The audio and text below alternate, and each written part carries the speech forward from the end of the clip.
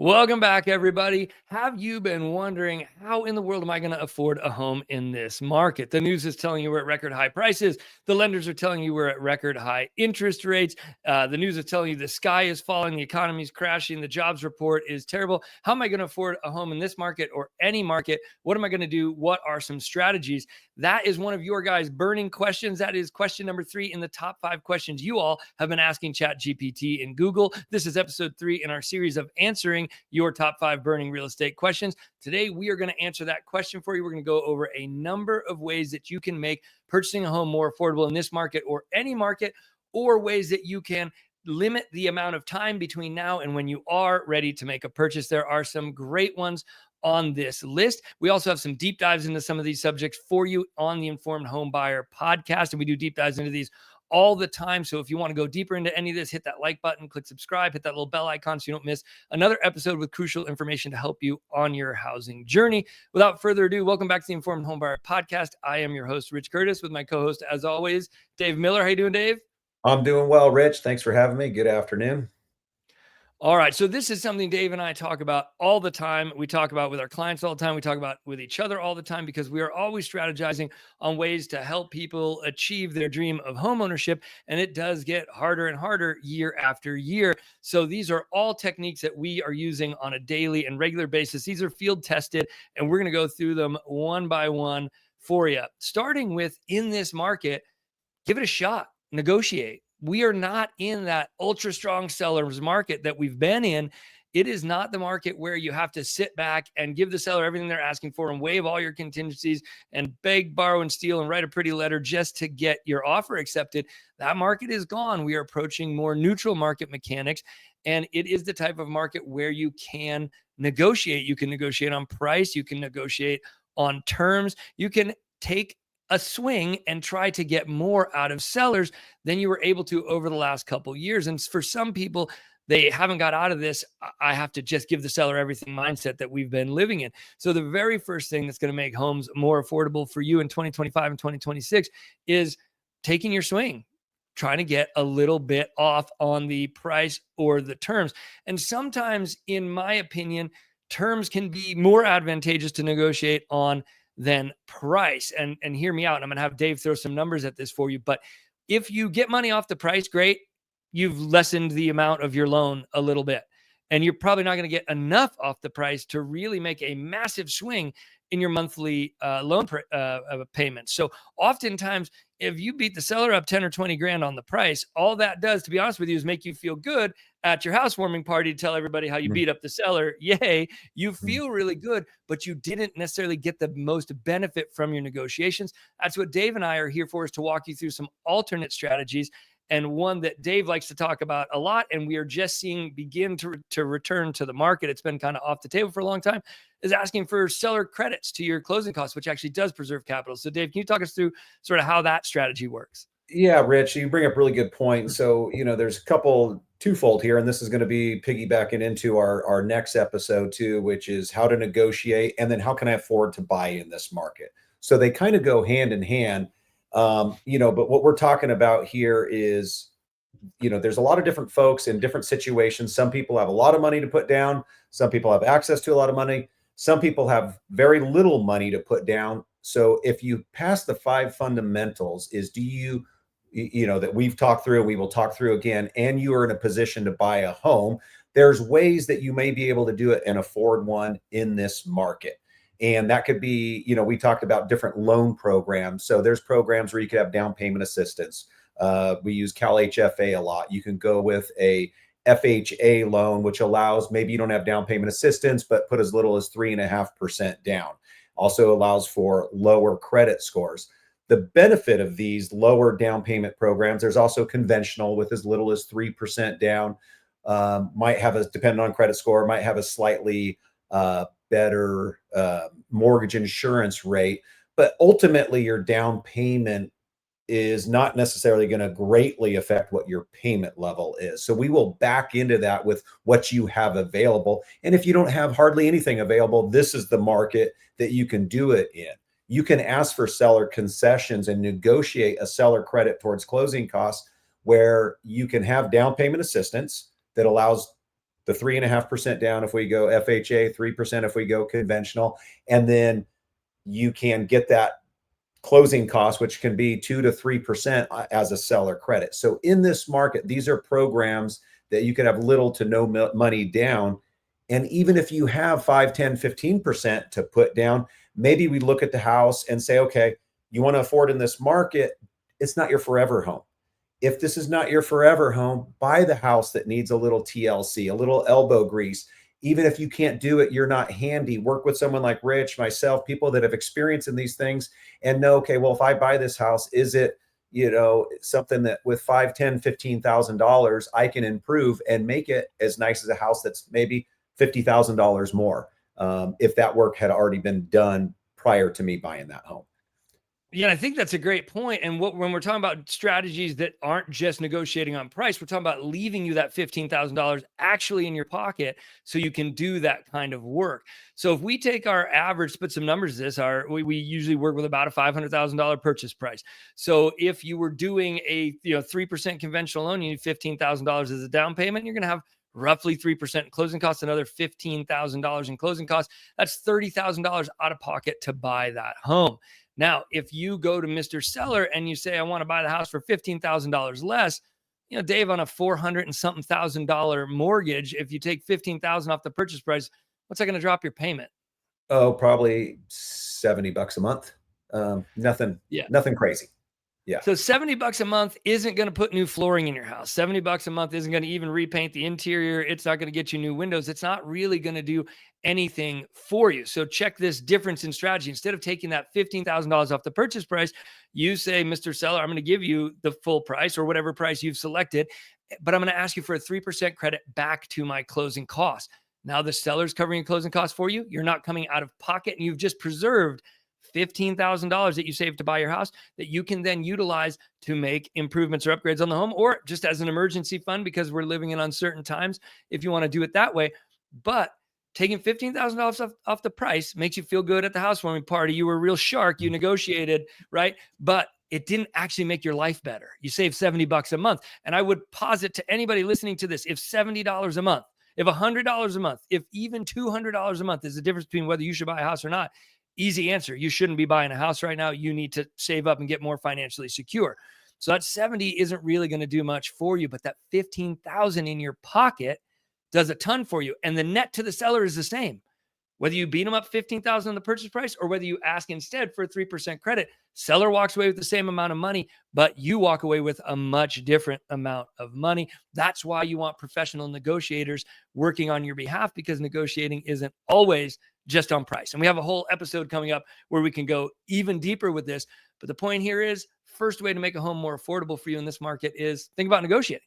Now, Dave jumped into the next step, which is, okay, if we're going to get a seller credit by negotiating to eliminate the 3% you have to put up for your closing costs, well, what if we can eliminate the 3% you want to put down so that you preserve even more money for your emergency fund or to make payments or to make improvements to the house?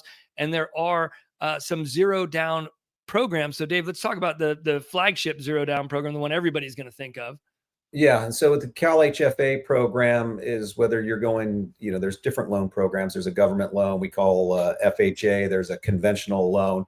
They have down system programs for either, and some of them have their pros and cons, some benefits depending on credit score, max debt to income ratios, things of that nature. But I always look at these, even if you do have the funds to put down, because that may change your disposition or the type of house that you're going to take a look at.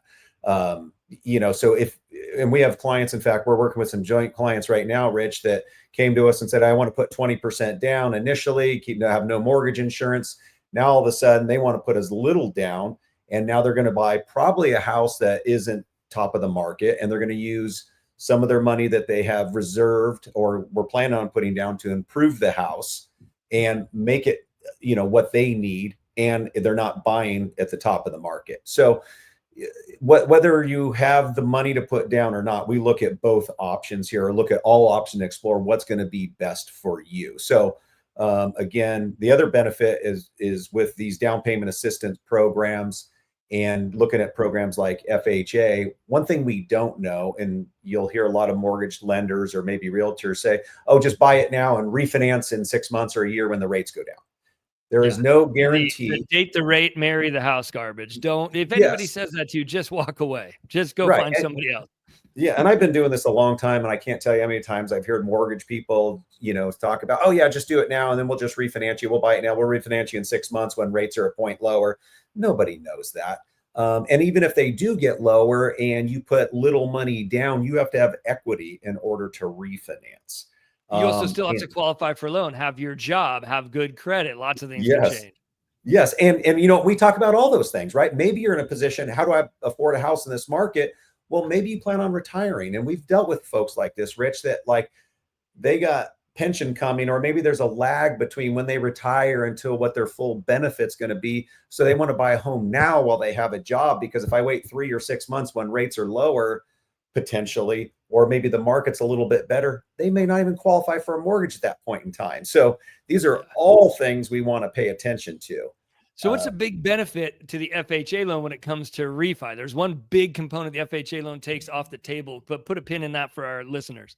Yeah, the biggest benefit is you could do what's called a streamlined refinance, where it's independent of the amount of equity you have. If you have an FHA loan, and let's just say you buy that home today, we'll say use our $500,000 house on a conventional loan, you can only refinance based on the equity. So if you put 5% down and it didn't change in value or went down in value, you cannot refinance that conventional loan in 6 months or a year. With an FHA loan, if the value drops 5, 10, 15, 20,000, you could still refinance that interest rate and get a fair market interest rate. So you are not held hot. You don't have to stress about, what happens if values come down. Will I be able to refinance? There's a little cost to that. You might pay a little bit more in mortgage insurance, but we pay insurance for everything. We pay insurance for cars, for are going to pay it for our home, health insurance. You're what you're doing is you're hedging your risk. And we could talk about the numbers and see the delta. And then you could decide, is it worth the risk of paying a little bit more, and how much more in mortgage insurance do I pay to have that ability to refinance? Now, keep in mind, let's just say that home appreciates 10%. You could look at a conventional then. So that doesn't mean you're going to have that FHA loan forever. We'll have options at that point in time if your value goes up. If the values come down, you still have options. Yeah, it just gives you a little insurance, takes one thing off the table that could prevent you from refinancing by taking the value off the table. And I think that's really important. We recommend it in the 5 fundamentals. I'll link at the end to our 5 fundamentals video, but one of them is don't buy a house under this marry the house, date the rate business, thinking that you're going to make it more affordable over time by the interest rates coming down, because nobody can guarantee that. One of our 5 fundamentals is make sure you can make this payment no matter what at this level, and if it comes down, great. But it does make it more affordable if you can refinance, and by utilizing the right type of loan product, it makes it easier for you to refinance even if market circumstances have changed. That's what's so valuable about the FHA loan. Now, getting back to putting no money down payment assistance, if we're utilizing the Cal HFA program, the Cal HAFA, how much assistance can we get? Can we get to a full zero down? And am I borrowing those funds and have to pay them back, or is it a grant to me? Yeah, and so there are different programs, Rich, but there is a down payment assistance program which charges you 1%, which you don't pay until you sell or refinance. So that just accumulates. It's at a 1% interest rate. So that's the 3 or 3.5% down. The delta where it really comes in is you can also get down payment assistance programs with closing costs, and that gets super expensive to the interest rate. That's why I feel like we're in a very unique situation right now with the state of the housing market and the level of inventory, and being able to negotiate that seller credit towards closing costs with sellers, because that wasn't here 6 months ago. We don't know if that'll be here in 6 months from now. So you could end up, if you wait, you could end up paying a lot more if you want to try to, get a down payment assistance program for both down payment and closing costs versus getting a seller credit for that. So right now in this, what we call, shifting towards more a little bit of a buyer's market, you have a lot more flexibility and options. And with that Cal HFA, they're going to cover my 3% down payment. Is that and I know I'm going to pay that 1% fee when I Yeah. sell back Yep. to them. Yep. But for the 3% they're putting up, am I borrowing that? And do I have to repay that 3%, or is that a grant? Yeah, you're repaying that 3% plus that when you sell or refinance, that comes off plus the 1% interest rate. Okay, perfect. Just They so do. people understand how that works, you are going to pay this, but it allows you to get it up front to get into the home when Yeah, you don't have the money, and then pay it when you sell and you have equity to cover it. yeah, and they do have programs, and I've done one of these, which is Dream for All program, which is basically it's an equity share program where they'll put up to 20% down, or up to 20% including closing costs, but you're sharing a bit of the equity appreciation with the Cal HFA program. Those are really difficult to get. There's a lottery for those, so the scenarios where you're going to qualify for that, just not sure if that's worth um, the process right now. If you think you're ready to buy, there's other options available. First, that option. Yeah. So just to recap, so far, ways to make it more affordable: try some negotiation, but be smart about how you do it so it actually keeps money in your pocket. Utilize a zero down loan, or I mean, a down payment assistance program, or you can utilize a zero down loan program. The primary one being the VA loan. Dave, can you tell people just real quick their VA benefit and how they can purchase a home with zero down via the VA loan? Yeah, if you're a veteran or spouse of a veteran, you can qualify for a VA loan if you have not used your eligibility.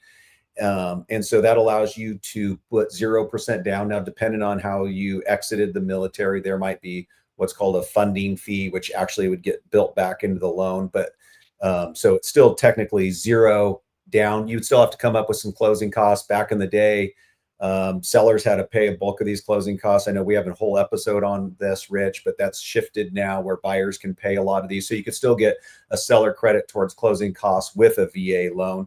I would say the only really biggest kicker with the VA loan, and it shouldn't affect you in this market, would be, there has to be a Section 1 clearance, a pest clearance on this property, or and we could talk about other scenarios to kind of work around that, which we recently did. But I don't know that you want to put yourself in a position where you are deferring that type of work. Yeah, so that is the one requirement. You have to have a Section 1 pest clearance. So you'd have to be a little bit choosy about the property you pick. If there's one with a lot of massive decks and they're old decks and they're rotted, that can rack up high enough pest amounts where a seller will choose not to accept a VA loan because they know they're going to have to pay for the decks and they don't want to do that. So you have to be a little choosy with the property. But if you are a veteran or spouse of a veteran, you haven't used your full benefit yet, you have the opportunity to buy a house with zero down. If you got a seller credit for your closing costs, negotiate aggressively in this marketplace, you could buy a house with almost zero out of pocket. You will have some expenses for inspections and things to make sure the property is sound. But for the most part, the 3% for closing costs and 3% for down payment can be covered for you. So that's another great way to do it. Now, I think another thing that we need to bring into the conversation, Dave, and this one isn't a popular one, but I think one of the ways you can afford a property in this market is by resetting expectations. So I recently did an episode on the channel, I did Yeah.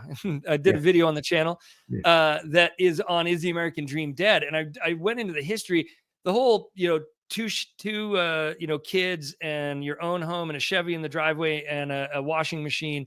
That American dream came in a post World War II environment where we had a lot of veterans utilizing their GI Bill and their veterans loan programs to buy houses. And we started building the first subdivisions. On the East Coast, the first one was Levittown. Levittown is literally where the image of the American dream was born. And it's really interesting. Right now, the expectation in the marketplace for a first-time buyer is a 4-bedroom, 3-bath, 2,400 square foot home, according to Realtor.com. That's what your first-time buyers are expecting to get. In Levittown, the birth of the American dream, what they were getting were 2-bedroom, 1-bath, 1,200 square foot homes. So the buyer pool expectation has ratcheted up massively. And with that, and because homes have been, not recently, but in the past had been so affordable, each generation was able to buy a bigger, better home than their parents were. And now we're in a situation where affordability, I just saw a stat that was sad, that less than 17% of Californians can afford the median home price in the state at the moment, right?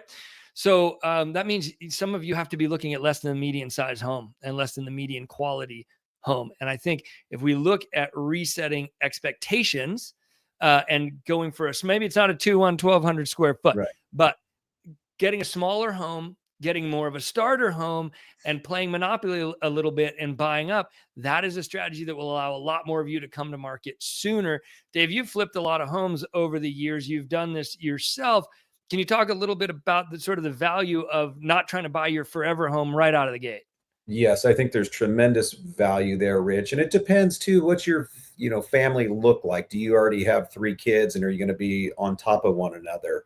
Uh, the one thing I could say is, when I bought my first house, it was, 1,200 square feet, 2 bedroom, 2 bath, pre-kids, and it was the scariest thing I'd ever done. I was like, oh, wow, this is a big investment. Fast 100%. forward, 30, almost 30 years. What is the value of that home? And if I never refinance that house, what does that mortgage look like? And I think that's the piece that people are missing is when you buy a home today, and if you bought a 2-1 or a 2-2 and you can improve that, and that's key is working with a realtor that could walk you through that and open your eyes to what is possible here. Can I make this, can I make this home my home for 2 years, 3 years, 5 years, maybe beyond? What happens if life circumstances mean that I'm going to be here for 10 or 15 years? What can I do with this home so I can continue to live here as my family dynamic changes? And so look at homes that have some flexibility to maybe be made a little bit larger, be reconfigured to where you can stay there, possibly an ADU, all kinds of different things that you could take a look at that allows you to stay there. But I think the biggest kicker here is not buying beyond your means and understanding that, you plan on being here 3 or 5 years. And in 5 years, your mortgage payment, and we're going to encourage almost always do a 30-year mortgage. If you look at what your payment's going to look like in 5 years versus what if you bought a house and waited 5 years, what that mortgage payment would look like, it's crazy, right? Like, we Yeah. go back, which we talk about when you bought your house and it was uh, really during the Great Recession, right? Like 2008, was it? Right before the worst of the crash. Yeah. 2008, we lost like 50,000 in value the next year. Right. But the one thing you knew is your payment was stable and it was affordable, right? Like it didn't And I change. And wasn't you thought, moving. I didn't care. yes, you didn't care that payment, and you needed a place to live. And if you were to, vacate that, your rent was going to be higher to go live somewhere else than what that 30-year mortgage was going to be. So, you fast forward 5, 10, 15 years. And we're hundreds of thousands up on that house.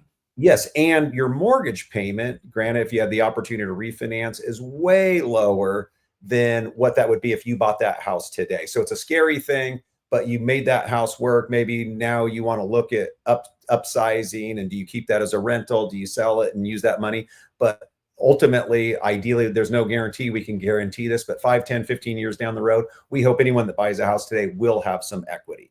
The market's cyclical, but if the equity's not there, your payment will be fixed for the most part, other than insurance and some small tax creep, but you know what you can count on.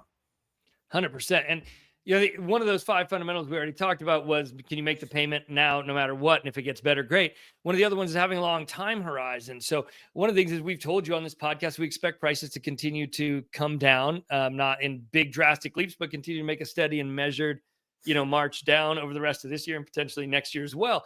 So, you might be sitting at home and saying, wait, you're telling me buy a smaller house to play Monopoly in a market where I'm going to lose value on my smaller house.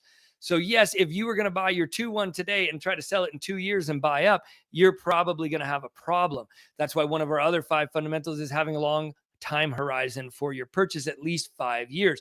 If you are buying that 2-1 or 2-2 right now, that smaller, that 1,500 square foot house, which by the way, 21 years ago, when I started in this business, the buyer pool expectation was a 3-2, 1,500 square feet, which most families can do pretty well in a 3-2, 1,500, 3-2, 1,700 square feet. So again, that expectation has ratcheted up just in my time in the business.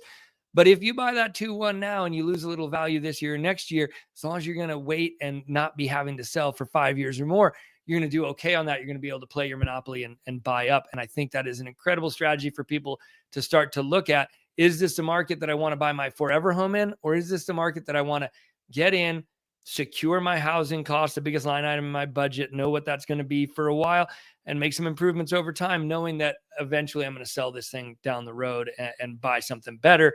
and potentially when market mechanics are a little more in my favor at that time. But at least I'm in the market, and at least I've locked up that housing cost. Yeah, another component of that, Rich, is if you don't have kids right now, and maybe you're in a position, or even if you do have kids and you got a extra bedroom, we talk through as some folks, and this typically happens with first-time home buyers or younger folks, is they rent out a room. Yep. So you can have, rent out a room to offset some of your payment. I was just talking to a buddy of mine the other day. His son is 25, just bought his first house.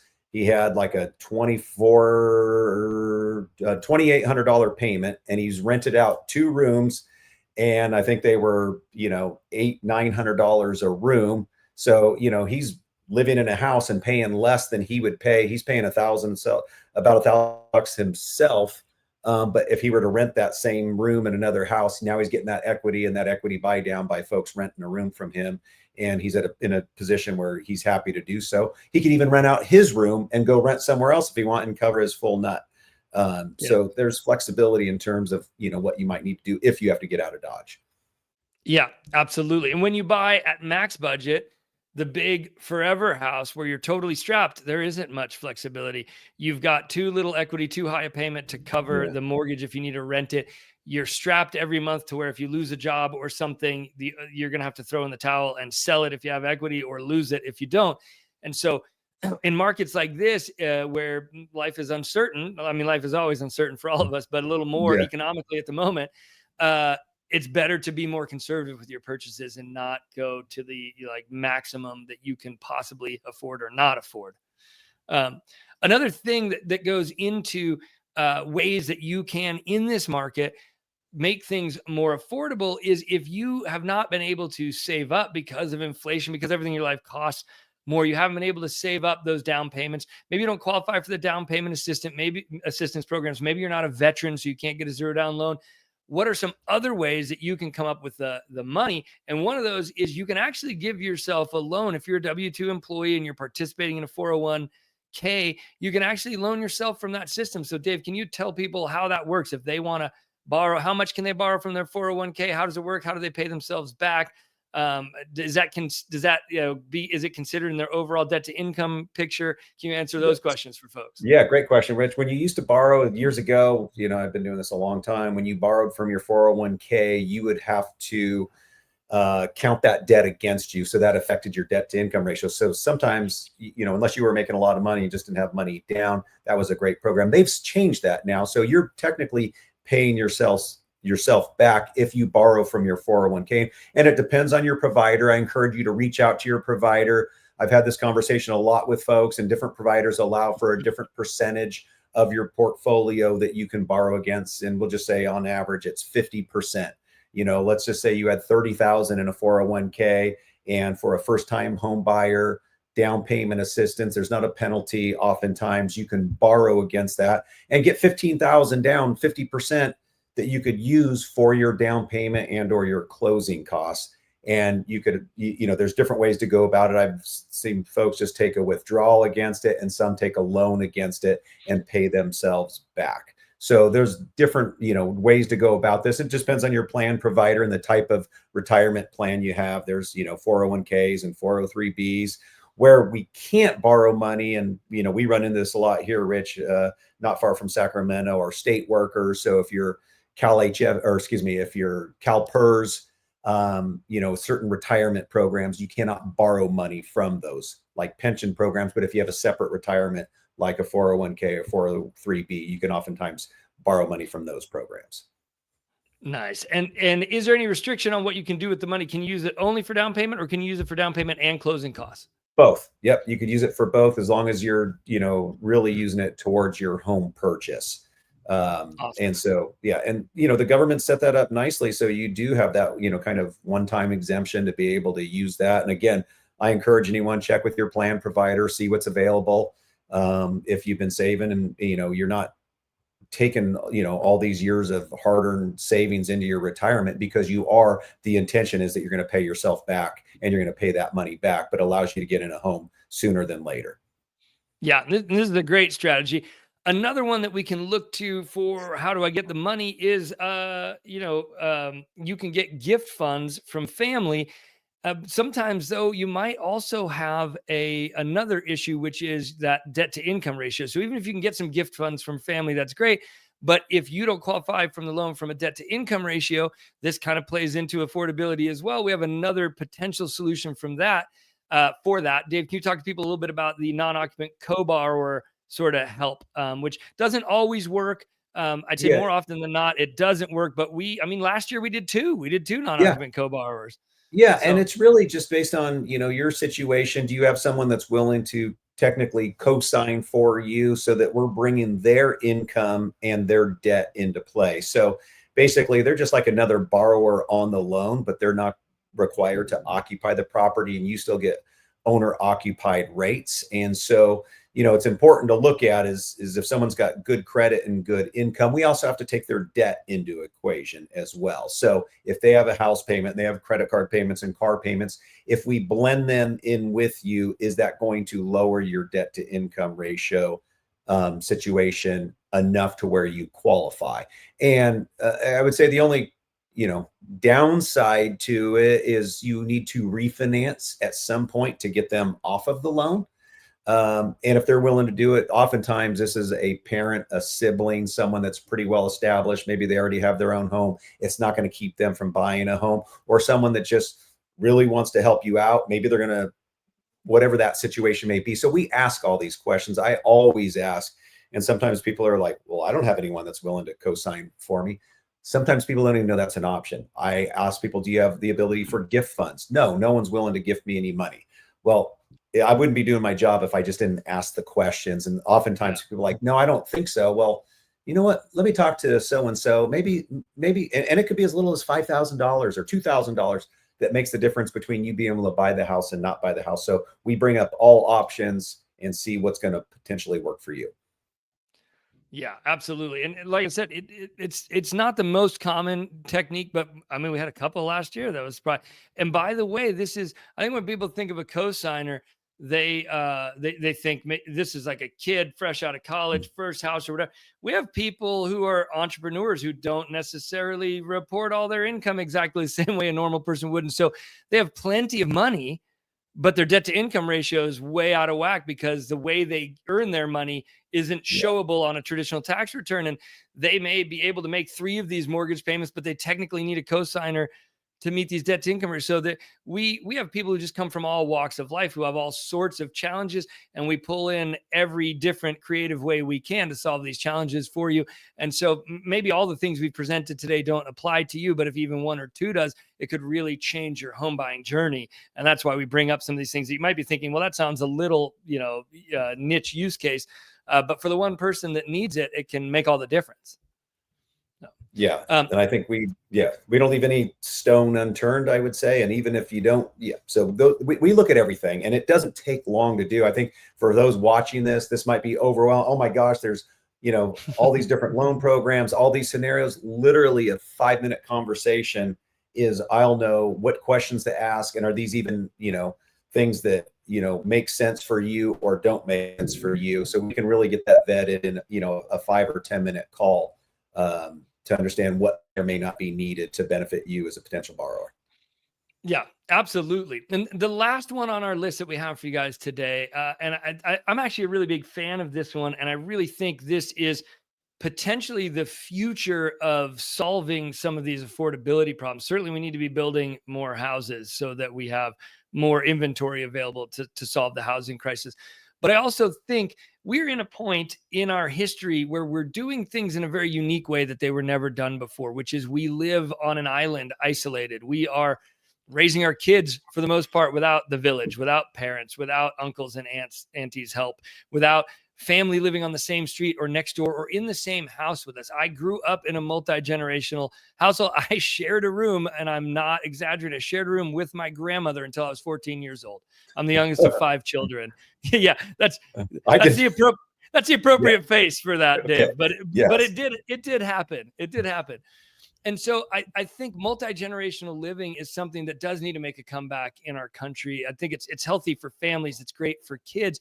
And it is a way to take some of this wealth that has been sort of trapped in some of the older generations. When you look at the wealth that is at the strata level of the boomer generation versus, what millennials and Gen Z have access to, we need some of this wealth to start trickling down. We have these older people who need people to help them as they're aging, and we have these younger people who need help with their children, and we need to distribute some of this wealth back across the spectrum, and multi-generational living is a great way to do that. So not that any of us ever thought moving back in with our parents was what we wanted to do, but maybe our parents moving in with us, or buying a property that is a duplex, or buying a property with a granny flat, and we're pooling our resources with the generation above us such that we can provide care for them when they're older, but autonomous care. So they're in their own little granny flat unit, and they can help with childcare, and we can all share the burden of these higher home prices until things adjust. I think this is actually a good cultural solution, a good financial solution, and something that I don't see a lot of families really considering. And the people like me who are in the sandwich generation, who have aging and dying parents at the same time we have young children, I think this is a solution that makes a lot of sense. And we are prepared to get out there and find you multi-generational homes and two house on one lot, three house on one lot Yeah. homes to accomplish this. I think you at least owe it to yourself to take 15 minutes, have some alcohol, soothe your nerves, have a conversation with your partner, but consider whether multi-generational living might be a solution for you and your family, because I think it makes a lot of sense if you can get past the original hell no knee-jerk reaction that most of you probably had when I said it. Yeah, and part of that, Rich, could be multi-generational housing. Say that 3 times fast. Could be something that you're not expecting to do in the next 6 months or a year when you first move in. Maybe it's 2 years, 3 years, 5 years down the road. Maybe you have a elderly parent that still, wants to be independent for another few years, and then they'll sell their house or do what they need to do. But maybe they're willing to help you out now, knowing that they have a place to go. And you have set that up to where there is a place to go. So I always tell where my those mom, gift funds aren't just a pure gift, but an investment in their future care, where you're going to build an ADU or bring a tiny home on for them. right, exactly. And I told my mom, and I still tell her, I bought a 2-story house. So unfortunately, she's going to have to go live at my sister's, which is a single story. So, maybe there was some pre-planning there. So, Yeah. Well, hopefully your mom's not a viewer of our podcast, Dave. right. No, she's not. She won't see this. So we're good. Well, with Dave insulting his mom live on air, I think that's a good place for us to Good wrap place to this one, stop. Yeah.